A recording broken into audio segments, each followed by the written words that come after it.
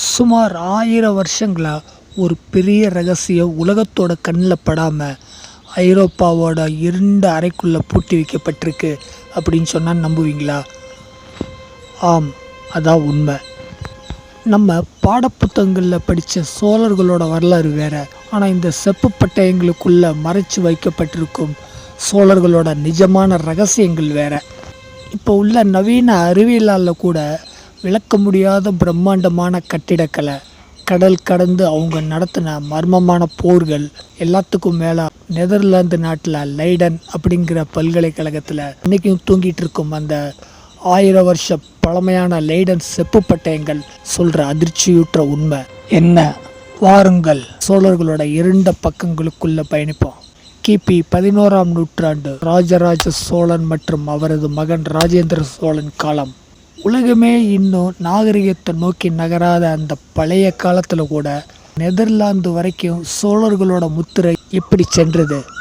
ஆனமங்கலம் அப்படிங்கிற ஒரு ஊரில் கட்டப்பட்ட ஒரு பௌத்த விகாரத்திற்கு சோழர்கள் கொடுத்த கொடைகளை பற்றி தான் இந்த லைடன் பட்டயங்கள் பேசுது. இது வெறும் நிலத்துக்கான பத்திரங்கள் மட்டும் இல்லை. இதில் சமஸ்கிருதம் மற்றும் தூய தமிழில் எழுதியிருக்கும் வரிகளுக்கு பின்னாடி சோழர்களோட உலகளாவிய அரசியல் ரகசியமே ஒளிஞ்சிருக்கு.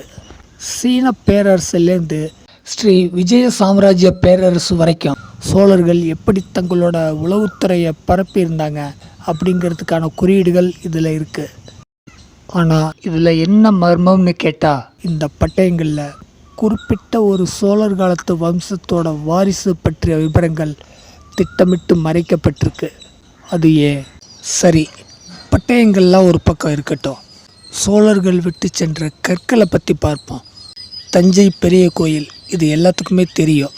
அந்த கோயிலில் 216 அடி கொண்ட அந்த கோபுரம் ஒரு சொட்டு சிமெண்ட் கூட இல்லை, காரை இல்லை, வெறும் இன்டர்லாக்கிங் தொழில்நுட்பம் மட்டுமே பயன்படுத்தியிருக்காங்க. நவீன இன்ஜினியர்கள் கூட இன்றைக்கி வியக்கிற ரகசியம் என்னன்னு கேட்டால், இந்த இமாலய கோபுரம் பூகம்பங்கள் அதிகமாக வர்ற வாய்ப்புள்ள பகுதியில் கட்டப்பட்டிருக்கு. கடந்த 1000 வருஷங்களாக இந்த தமிழ்நாட்டில் எத்தனையோ நிலநடுக்கங்கள் வந்துருச்சு. ஆனால் இந்த 216 அடி கோபுரம் 1 மில்லிமீட்டர் கூட நகரலை. இதில் ஒரு ஆச்சரியம் என்னென்னா, இதோட அடித்தளம் வெறும் 5 அடிகள் மட்டுமே.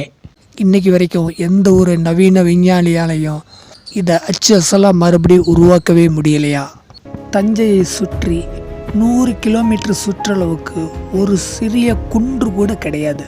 அப்படின்னா இந்த 1,00,000 டன் எடையுள்ள கடினமான கிரானைட் கல்லாம் எங்கிருந்து வந்துச்சு? எப்படி ஒரே நேரத்தில் பல்லாயிரக்கணக்கான கற்கள்லாம் கொண்டு வரப்பட்டுச்சு?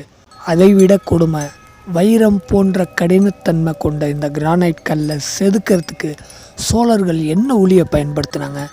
இதற்கான விட நம்ம வரலாற்றில் இருந்து யாரோ ஒருத்தரால் வேணும்னே அழிக்கப்பட்டிருக்கு. அடுத்ததாக அவர்களோட நிலத்தடி ரகசியத்தை பற்றி பார்ப்போம். சிம்மக்கேணி அப்படிங்கிற கிணறுகள். இந்த கிணறுகள் சுற்றிலும் வறட்சி நிலவுனாலும் இந்த கிணறுகளில் தண்ணி எப்பயுமே வற்றாமல் இருக்குமாங்க. சோழர் காலத்து அரண்மனைகளுக்கு அடியில் நூற்றுக்கணக்கான ரகசிய சுரங்கப்பாதைகள்லாம் இருந்துச்சா. எதிரிகள் நுழைஞ்சா தப்பிக்கிறதுக்கு மட்டும் இல்லை, போர்க்காலத்தில் ஒற்றர்கள் தடையின்றி பயணிக்கவும் இது உதவுச்சு. லைடன் செப்பு பட்டயங்களில் இருந்து தஞ்சை பெரிய கோயில் வரைக்கும் சோழர்கள் விட்டு சென்றது வெறும் கலை மட்டும் இல்லை, இன்னைக்கு வரைக்கும் அறிவியலால் அவிழ்க்க முடியாத நூற்றுக்கணக்கான புதிர்கள் அப்படின்னே சொல்லணும். அவர்கள் வெறும் அரசர்கள் மட்டும் இல்லை, காலத்தை முந்திய விஞ்ஞானிகள்.